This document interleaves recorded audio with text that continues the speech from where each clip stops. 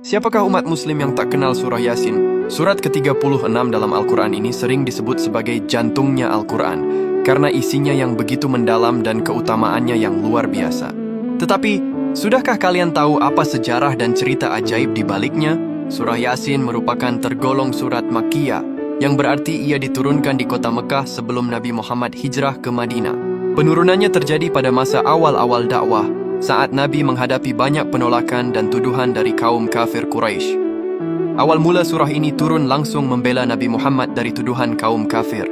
Ada cerita menarik di balik turunnya surah Yasin ayat 1-10. Kala itu, Abu Jahal dan para pembesar Quraisy lainnya merencanakan pembunuhan terhadap Nabi.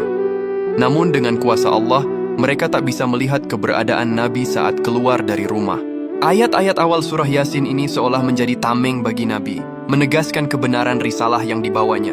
Salah satu kisah paling menyentuh dalam surah Yasin adalah cerita tentang Habib An-Najjar, yaitu seorang lelaki saleh yang beriman dari ujung kota. Kisah ini termaktub dalam surah Yasin ayat 13 hingga 30. Dikisahkan, dahulu Allah mengutus 3 rasul untuk mendakwahi sebuah kota yang warganya menolak keimanan. Para rasul itu ditolak mentah-mentah. Namun Habib An-Najjar yang mendengar kabar ini segera datang dan berseru kepada kaumnya, "Wahai kaumku, ikutilah para utusan itu." Ia berani membela para utusan meskipun ia tahu ia akan menghadapi bahaya. Namun kaumnya itu tak terima dan dengan kejam membunuh Habib An-Najjar. Ajaibnya, setelah meninggal, ia langsung masuk surga dan berkata, "Alangkah baiknya jika kaumku mengetahui sebab Tuhanku memberi ampun kepadaku dan menjadikan aku termasuk orang-orang yang dimuliakan." Kisah ini menunjukkan betapa besar ganjaran bagi mereka yang berani membela kebenaran. Membaca surah Yasin tidak hanya tentang kisah masa lalu, tetapi juga membawa banyak keutamaan bagi yang membacanya. Di antara manfaat membaca surah Yasin yang pertama, yaitu sebagai pengampunan dosa. Dahulu Rasulullah pernah bersabda bahwa siapapun yang membaca surah Yasin karena mengharap pahala dari Allah, maka dosa-dosanya akan diampuni. Adapun manfaat yang kedua, yaitu melancarkan hajat.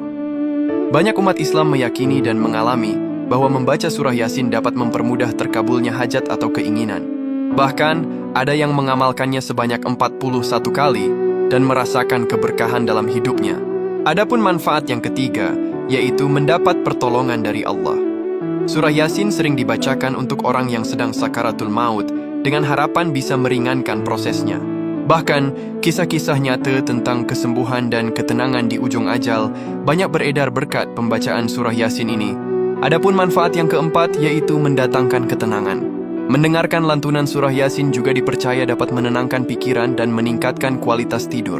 Surah Yasin adalah surah pengingat bagi kita semua. Ia mengajarkan tentang keteguhan iman, konsekuensi dari penolakan, dan besarnya kasih sayang Allah bagi hambanya yang beriman. Dengan memahami makna di baliknya, kita bisa semakin mencintai dan mengamalkan jantung Al-Quran ini dalam kehidupan sehari-hari. Ya Allah, semoga kita semua ditetapkan iman dan Islam oleh Allah Subhanahu wa Ta'ala. Amin.